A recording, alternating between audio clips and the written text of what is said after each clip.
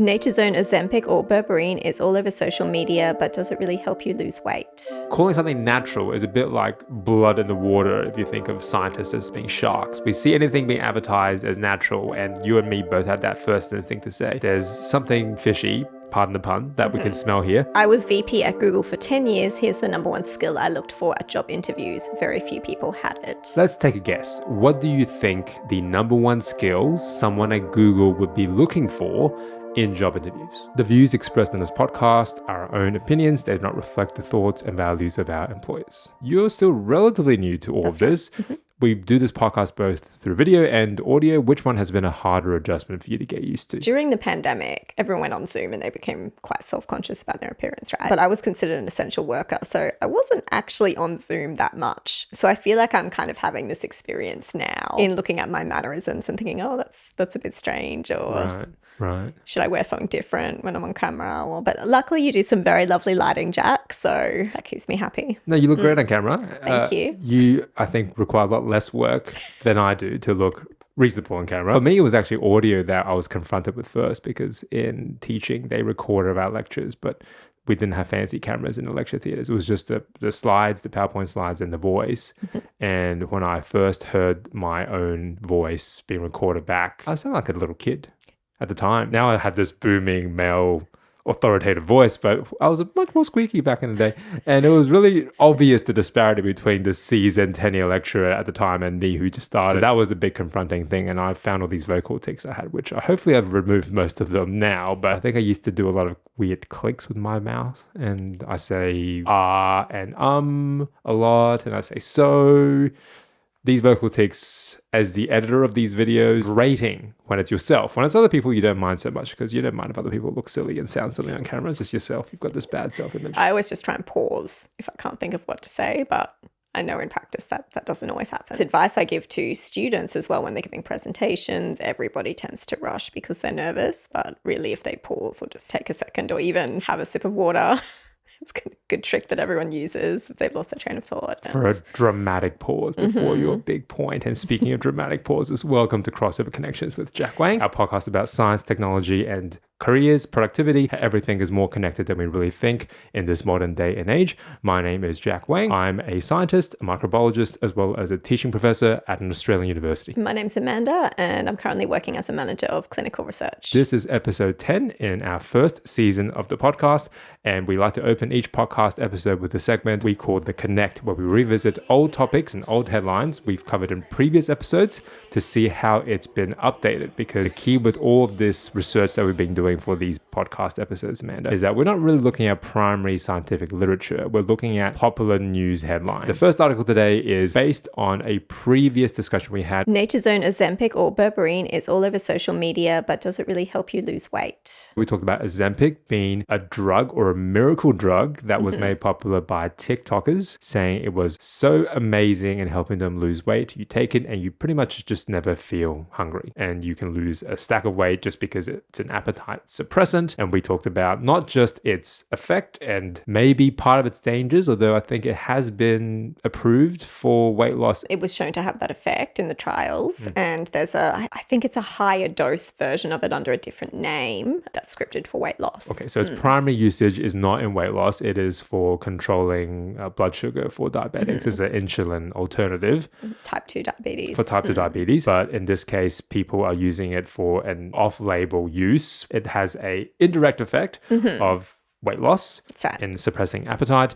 And that has led to a rage of influencers talking about it, and therefore massive global shortages in Ozempic. And I saw on the latest Oscars broadcast, the host was making a joke and he was saying, oh, you all look great, the Ozempic and the plastic surgery must be working. So it's really cut through. Yeah. I think people really know what Ozempic is, even though it's very, very specific. The name isn't even that catchy either, Ozempic. So that shortage has led to people looking for Ozempic and maybe paying black market prices for Ozempic. I'm not really sure. I don't know. And Big Pharma obviously is looking to cash in on it. So I'm sure they're trying to ramp up their production line and have as much of it available on stockpiling as possible. But alternatives have arisen. And this is one of these alternatives that people have marked and named the latest health trend, Nature's own Ozempic. And this article tries to debate the idea whether or not it is better than Ozempic, Or is the fact that it's quote unquote natural make it not just more effective, but maybe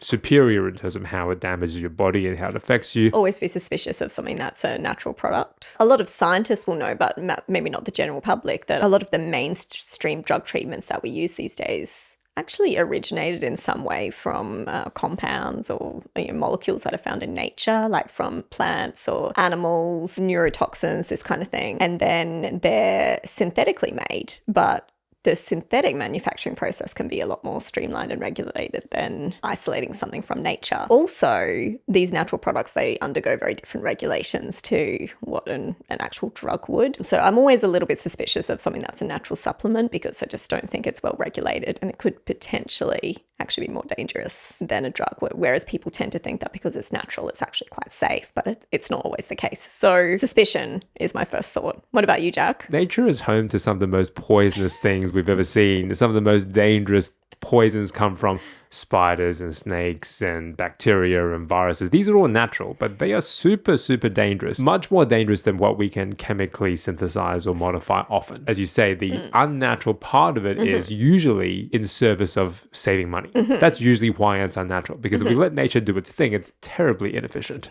And very time consuming. And it costs everyone, like, you might have to go to the middle of nowhere to extract a tiny bit of dirt and get sap from a tree. And get nanograms of it. But if you synthesize it in a test tube in a big vat of bacteria, then you can make oodles of it and actually in turn make that more environmentally friendly. By being synthetic, you're not expending, let's say, the fuel to travel to the middle of the Amazon to get this very rare species of whatever. It's more pure, right? You can better control the dose that you're getting from it. Calling something natural is a bit like blood in the water if you think of scientists as being sharks. We see anything being advertised as natural, and you and me both have that first instinct to say there's something fishy, pardon the pun, that we can smell here. If you dive into this a little bit more, I think this belongs more on the neutral end of the spectrum. Okay. And if you go through and read what's presented about berberine, what is it, and whether or not it's better than Ozempic, the article says essentially it's a bitter tasting chemical extracted from roots of plants such as golden seal and barberry, and it has a class of plant chemicals called isoquinoline alkaloids. Beautiful. I can't pronounce chemicals to save my life. And these extracts have been used in traditional medicines, apparently, in lots of different formats. So people have been taking it for different purposes already. It's not a new thing that's come off the truck of some natural remedy provider. Not that trucks are inherently bad, nor are natural remedy providers. Is that a false equivalency to say this is nature's own Ozempic? Because does it actually target the same pathways as Ozempic, or is it just weight loss? Because weight loss is a whole bunch of different metabolic pathways cross-reacting. So Ozempic, it imitates a natural hormone, GLP-1, glucagon-like peptide 1, and it helps the body produce insulin. So simulates that hormone and imitates it. So the question is, does berberine, if it really is similar to Ozempic, also affect that hormone and help you produce more insulin? Right, so that's the question. If it does, then you could probably make the claim it's nature's own Ozempic. That's the only time I would make the same claim, if it's acting on the same molecular pathway. Most people couldn't care less about it affecting the same pathway or which hormone it affects. It just said, do I lose weight? But we care. We care. As long as we care, we'll keep doing this podcast. They break it down again. Does it help you lose weight? It says it helps modest amount of weight loss. I don't know what modest actually means, but modest is not zero amount of weight loss, nor is it weight gain. 3 kilo. It's not insignificant. 3 kilos is not too great. bad. I'll take a 3 kilo weight loss Yeah. for taking a natural remedy. And they're saying the results were significant, which means that not just one participant, there's at least 3 participants who have lost weight, minimum statistically. Let's talk about significant in a scientific term versus significant in just a grammatical term. Because I have to remind the listening audience that neither Amanda or myself are statisticians or mathematicians. Significance in science has a different meaning. And when I say significant, it means usually a number of people have been involved. There's not just one single person. They've done some statistical testing to show with a certain percentage of confidence it actually is different. If you want to dive in more than that, please see our never aired episodes about statistics. We will never air that episode. It's significant in that, it's a small amount, but we're pretty confident it happens. Not significant as in a large amount of weight loss. We're confident that we could reproduce this finding over a larger group of people rather than just a one-off observation. This person lost 3 kilos. Like anything, I believe this berberine Berberine, if you take too much of it, it's toxic. That goes for anything. If you take too much water, it's also toxic. It's not really news. And what's interesting to me is that it does actually influence GLP-1 levels, that glucagon-like peptide 1 hormone that helps the body produce more insulin. Like Ozempic, it does influence GLP-1, decreases blood sugar levels, stimulates insulin release, and influences cholesterol absorption and how fat is processed. I think just the degree to which it's impacting those pathways is different. But it does hit those things on a lower level. But we don't know how specifically, do we? No. There haven't been the studies to show it, it seems. Not at all.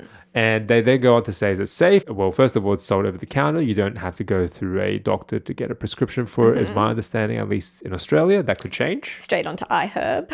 Yeah. Maybe if this gets popular enough and again the stocks start running low, maybe it will get regulated like Ozempic, like vaping. Maybe there will be more regulations.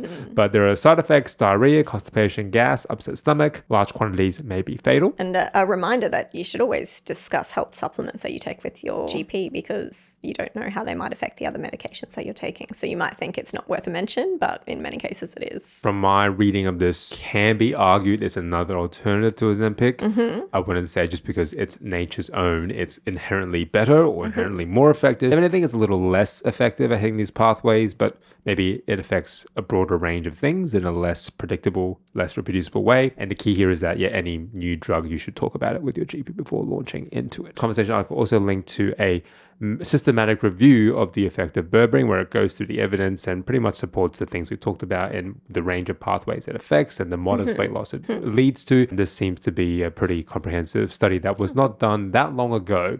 So I think pretty safe to consider incorporating it, but again, talk to your GP about if it's the right use case for you, especially if you're a type 2 diabetic person, not necessarily if you just want to lose a ton of weight in time for a swimsuit season. 3 kilos.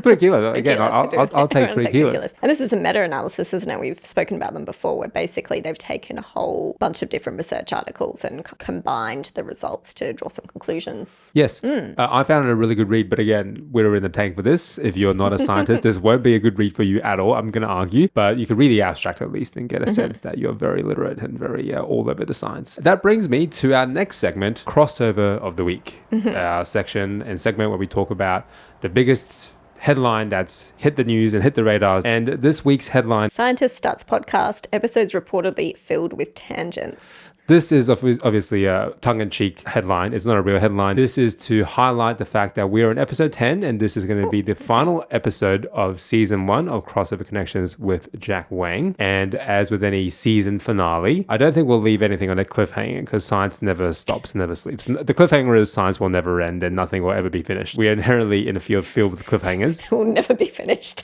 We'll never be satisfied, nor will we ever be finished. I think it's a good chance to reflect on this whole season, this whole process of starting the podcast, and whether or not we think it's been a worthwhile exercise, and whether or not we will continue into season 2 for the foreseeable future. Spoiler alert, we will continue into season 2.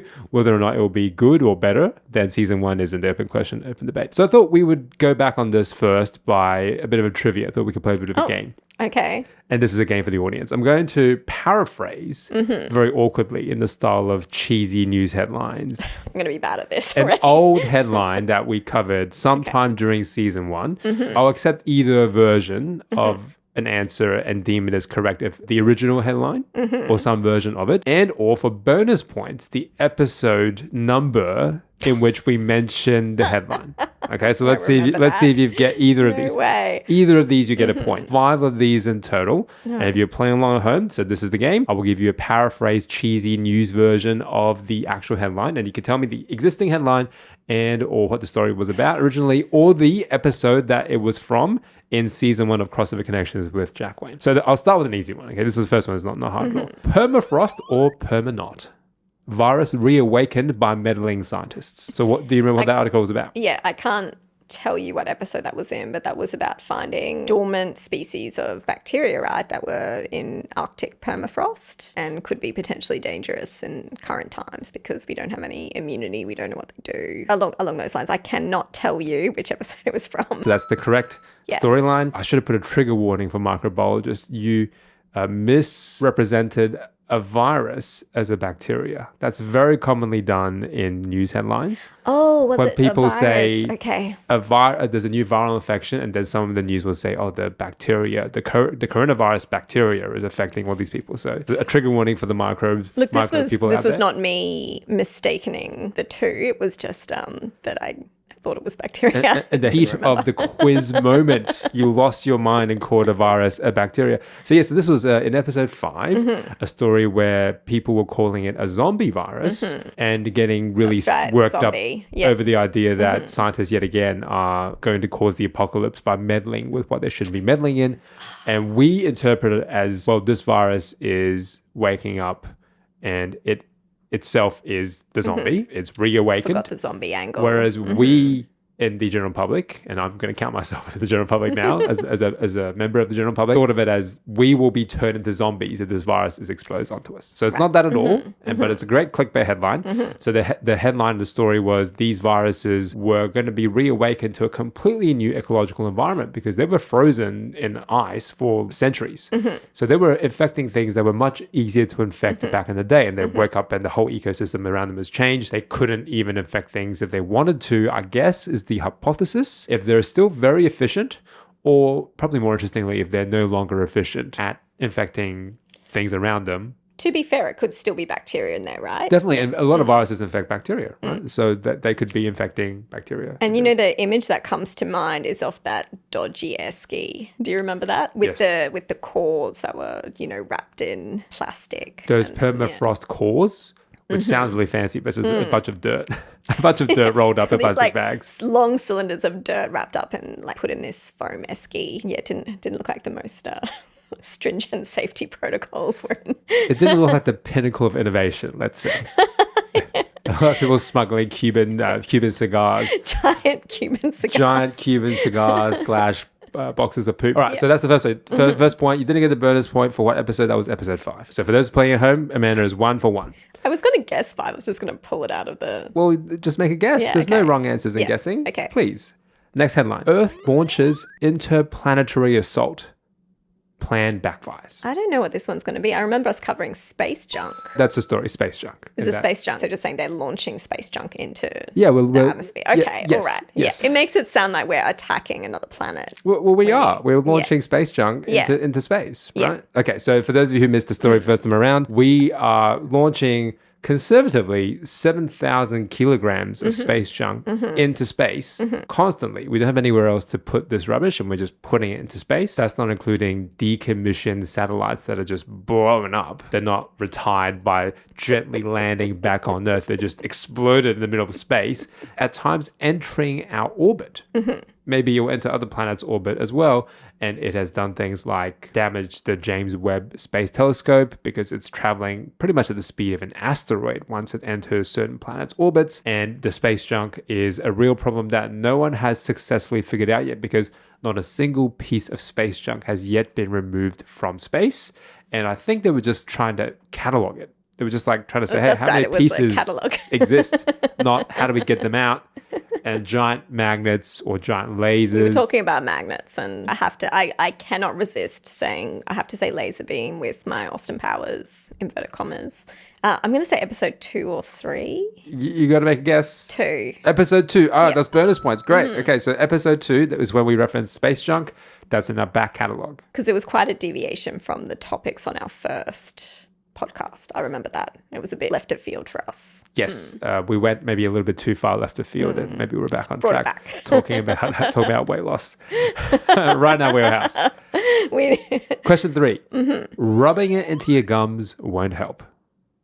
Rubbing it into your gums won't help. I'm pretty lost. Maybe about vaping? It's our episode about Prime energy drink and the effects of how caffeine actually impacts your system. Okay. And caffeine is not a miracle drug. It does wear off at a certain point, even if you are rubbing caffeine into your gums at 2 a.m. Its effect is on a very specific receptor, the adenosine receptor, and it just basically acts as a block for that receptor, but it's not an irreversible block. Have this unbearable wave of fatigue wash over you at some point if you keep consuming caffeine. What episode do you think we talked about caffeine in? 6. Oh, good. It was episode 6. Oh, You got great. it. Wonderful. Episode 6. Okay, next question. Let's speed up. Return on investment. How to turn 41 million into 70 million. Return on investment. How to turn 41 million into 70 million. It's not about cataloguing the species in the ocean Oh, it is. It is. of France. It is. So the article is 41 million euro investment. Yeah, 40 million euro. Yeah. And it's going to turn it into 70 million genes that they're characterizing. So you got the right article.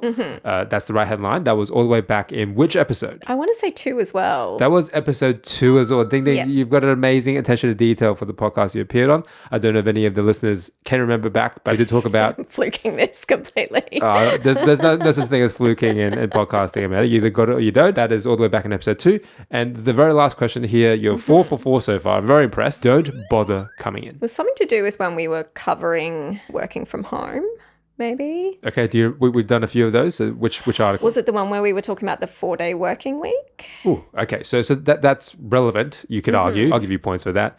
The actual article was around the worst question you could ask in a job interview. Okay. Which is, what is your work from home policy? Do you remember which episode we talked about that article in? 8? Oh, 8. You got it. It's episode 8. How do you remember? I had to look all these up. I didn't remember any of these timings. You got every episode correct. So let's go back over these headlines again. So this first article is the reviving the zombie virus that spent 48,500 years frozen in permafrost, and the references to that Amanda made to the bags of There it is. bags of permafrost Can we show it again? samples. It Yes. kind of looks like Christmas, like, you know, when you buy a fake Christmas tree and they've got the little bits wrapped up that slot together. That's what it reminds me of. Yes, and the next article is, I don't think we actually looked at this article during the last episode. No, I don't remember It this is the picture. Space Junk article, and the Washington Post put together a Space Invaders type game that you can play with to highlight the impact of space junk, and it's very, very quite catchy. It's got a lot of animations and all this kind of stuff. So it is behind a paywall, like all Washington Post articles, but if you're interested, you can have a look at their depiction of space junk and all the different fragments and the screws. It's very, very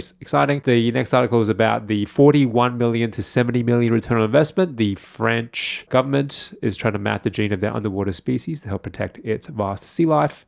And the next article is about the conversation article about coffee not giving you extra energy. It's just borrowing a bit for next time. Jack, have you changed your caffeine intake policy? I have a policy. Sounds like some kind of I'm going institution. to rephrase that, Jack. Have you, A policy. have you changed your caffeine intake strategy? So, Again, I don't have a strategy behind taking caffeine. I just drink it when I'm feeling tired. I don't have a policy or a strategy. Make it sound very, very visionary, and just everything I do. It shows you hold me in higher esteem than maybe I deserve. Jack, what is your 5-year plan when it comes to caffeine intake? I've switched quite a lot because I've changed from my standard of being flat white because I'm a wimp. I needed more milk in my coffee. And then I went all the way to having long blacks with no milk in it at all because I thought milk had... the sad man's drink. Sorry if you're a long black drinker. So I cut all the milk out. And then I realized that it's scalding hot when it comes out with that milk. So I can't drink it that quickly. So I switched to drinking iced long blacks. Iced long black. A little easier. And then now I've gone to green tea. So I'm a huge mess. I'm Green ping-ponging tea. between all different mechanisms of caffeine. Have you changed your caffeine intake after reading this article? Yes, but not really due to this. A bit sick a few weeks ago and not really having much dairy or caffeine. So I still have a cup of tea in the morning, and now instead of having sort of the mid-morning coffee and possibly one later and then in the afternoon, I'm just having one at lunchtime usually. Changing hearts and minds. That podcast has impacted one person's caffeine intake at the released. Yes. And this My is... caffeine intake policy. You have a... strategy. What does your director of caffeine intake say about this article? Do you ever use scientific words accidentally when you could use just a normal word? Of course, all the time. It's beaten out of me all the time when I'm rewatching and editing. I think, can I get to this point 100% quicker? And usually the answer is yes, I can get there much quicker. And this is the last article, which is on all my social media feeds because I've been targeted by these find the job you want kind of posts. Okay. It's tailored to me, which is about the number one question to never ask at a job interview because people don't like hearing about you wanting to work from home, certainly not in the initial interview phase. Apparently, employers find that to be a huge red flag. And speaking of employers and red flags, that brings us to our recurring segment, the final segment of season 1 of Crossover Connections with Jack Wayne, Whose Job Is It Anyway? Which talks about employability, careers, and productivity. And the article that we'll talk about here is this one from a former VP of Google. I was VP at Google for 10 years. Here's the number one skill I looked for at job interviews. Very few people had it. Let's take a guess. What do you think the number one skill someone at Google would be looking for in job interviews? I don't know, communication. Okay, so if you were hiring, let's not say you're from Google, right? Let's say you were hiring for someone to help you out in your role or to assist you in some way. The number one skill you would look for in an applicant, besides all the obvious stuff like degrees and experience, beyond that, what you say communication is the first thing you look for? Probably the first thing that'd be obvious to me. So the first thing I would look for and have looked for on these job panels is independence. Okay. What evidence do they claim to have when it comes to the projects they've driven? Rather than being led by another leader who has the vision, has the strategy, is executing on it. If they don't have that much evidence of independence, it's not a deal breaker, but they do need to understand that the role they are applying for and the amount of independence they need to show. They need to be kind of understanding of that to show me they know what pocket they think they belong in. They fit in. And if they're trying to apply for a new role to show they've got more independence, that should come across in their communications as well. So the number one skill, this particular Google VP, former Google VP, who has done 40-hour work weeks where all they did was conduct job interviews. They had one thing that they looked for in candidates before anything else, and that is self-awareness. What a amorphous thing, self-awareness. So let's ask a philosophical question. How does someone who is not self-aware become aware that they are not self-aware? How do you know that you're not self-aware? Because you lack self-awareness. How do you figure this out? This is an impossible thing that employers are looking for. Well, we just want you to be aware that you don't have self-awareness. Like we tell all our audience, we don't just propose problems without solutions. Wherever possible, we try and find solutions to this. So this article does show you some telltale signs of people who aren't self-aware enough. Using the word I too much means they may not be humble or collaborative. Too much we may obscure what role they played in the situation. There needs to be a balance. The example they give is how they acknowledge their team-based contributions to say it was my idea, but the team contributed. But if it was just me, yes, it may be you, but also it doesn't show that you're a team player to the extent that matters in the role that you're applying for. It's funny, isn't it? Because in scientific writing, we don't usually write in first person anyway. So my communication is probably a little bit geared away from that anyway, in some ways. More so in writing, I guess, than in... I think to a fault. I think scientists remove the person out of it too much. That's right. To the point where it feels emotionless and lifeless and unrelatable. Tell us what you really think. Yeah.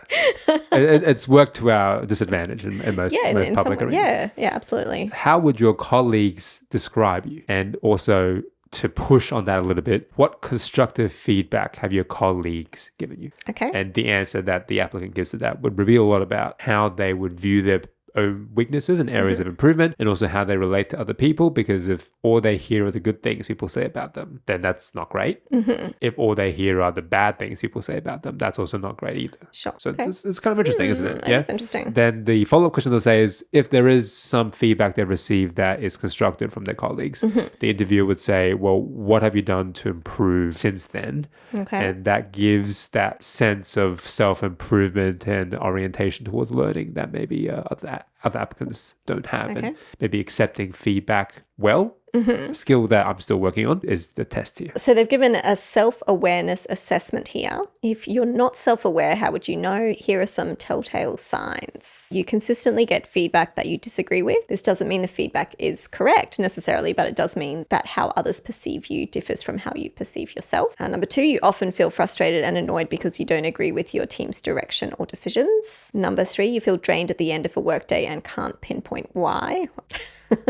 4, you can't describe what kinds of work you do and don't enjoy doing. So that is the answer to the philosophical question. If you're not self-aware, how do you realize that you are not self-aware? If you consistently get feedback that you feel frustrated by and disagree with, and you feel drained at the end of the working day, that could mean you are just in a bad working environment where everyone else is wrong and you are right. That's possible. Possible. Or maybe a more realistic answer is, yeah, you're right, but you're not doing a good challenge of communicating your value to those around you, you don't have enough leverage to win hearts and minds by default. So then it comes down to your soft skills, those transferable skills and communication skills that can help it go your way. This makes it seem much harder than I remember it applying for my current job. It wasn't a cakewalk applying for my current job, but I didn't have all of these concerns going in. Like, I didn't have this concern, how do I portray myself as being a self-aware individual? I think it's harder than ever to be someone out there in the workforce looking for new work at a higher role. Absolutely. But these resources weren't anywhere near as available when I was applying for this current job 15 years ago. True. It was very much a no man's land out there, certainly online for like advice on job interviews. You had to like go onto these secret Reddit threads and forums and be in the right Facebook group, if Facebook was even a thing back then. And the last article we'll talk about today is this one, which is yet another job interview one. And this time it comes from a hiring VP at Microsoft instead of Google. I oversaw hiring at Microsoft. Here's the one interview question that makes or breaks job candidates and what I looked for in an answer. The one interview question that makes or breaks job candidates. It is not what is your work from home policy, because 10 years ago at Microsoft, I don't think they were talking about that at all. The one question that they would ask is this one. Tell me something you've learned in the last couple of days. Tell me something you've learned in the last couple of days, Amanda. What have you learned? This would stump me. Last couple of days. I don't know anything. So before we dive into your answer, I'm going to buy you some time here to think about a really compelling answer that would make me hire you at Microsoft a decade ago. The strategy behind this question, asking this question, and then a strategy for answering this question. A great candidate will have a ready answer is the first strategy, because if they haven't learned something in the last 2 days, or if they can't fake having learned something in the last couple of days, they're not thinking strategically going into a job interview. A couple of examples. Maybe they've learned how to format pivot tables in Excel. Unlikely to be impressive. Maybe it's how to make a better battle bot, or it could be the history of a poet they love. I'll just tell you right now, none of these would get you the job at where I work if you went in there talking about the poet that you last read about. Or teaching your child how to ride a bike. Or maybe it's how to cook leeks. Again, none of these things would replace my employer, I have to say. And it does seem a little bit like the showmanship of a job interview in having these answers ready. But I think the key here is that it is very important for this particular recruiter to see someone's passion for learning, because at that company at that time, you could never predict exactly the project you'll be assigned. So whoever you hired, you have to be confident that they could thrive in new situations. And I have to say that is true in my workplace. You cannot hire someone based on past performance. You have to some extent to predict that they'll be able to publish their paper or get their grant and all that kind of stuff. What they'll be working on 10 years from now is definitely not the thing they've been working on the past 10 years. So this is quite an interesting concept. Do you have a ready answer? I can tell you some things I've learned, but none of them are particularly impressive. I'm not going to give you a real answer because this is the game. You can't give a real answer, right? You have to give something that's got layers to it. So what I would do is, depending on the setting, I would give us a softball jerky answer first. Right? I would throw that out very quickly. I guess one of these cheesy ones. Oh, I taught my child how to ride a bike or whatever. Or I learned how to save my document every hour or something. Like something really innocuous, right? And then I will launch into something that is much more kind of in line with my value proposition. This is a genuine answer. It's not a cheesy one. Ask me that question again. Jack, what's something you've learned in the past few days? People don't care about what I have to say unless I package it very nicely. I recently made a YouTube video thinking that was the greatest thing in the world. Had less than 10 views in the first 24 hours. It's very humbling. And what that has led to in terms of my long-term professional learning is that communication in any setting is not a given that people will care about what you have to say. And with students in a classroom, the assumption is they're there to learn. So as long as they show up, we can give them the goods. But it's not quite that simple. You have to basically earn their attention every single time you step into the classroom. And that's the approach I'd take as a teacher. That's the approach I take as a mentor for other staff who want to get into teaching. First answer is something pretty silly, and then that launches into the second answer, which is more strategic. All right, so over to you. What is the biggest lesson you've learned after doing 10 episodes of the Crossover Connections with Jack Wang podcast over this first season run? What's the biggest lesson, the most valuable thing you've learned? I think the biggest lesson I've learned, it comes down to communication as well. And that's that there is a way to communicate to different audiences. Again, you have to be strategic in how you discuss a topic. So I think that doing this podcast has greatly improved my ability to communicate on a breadth of different topics.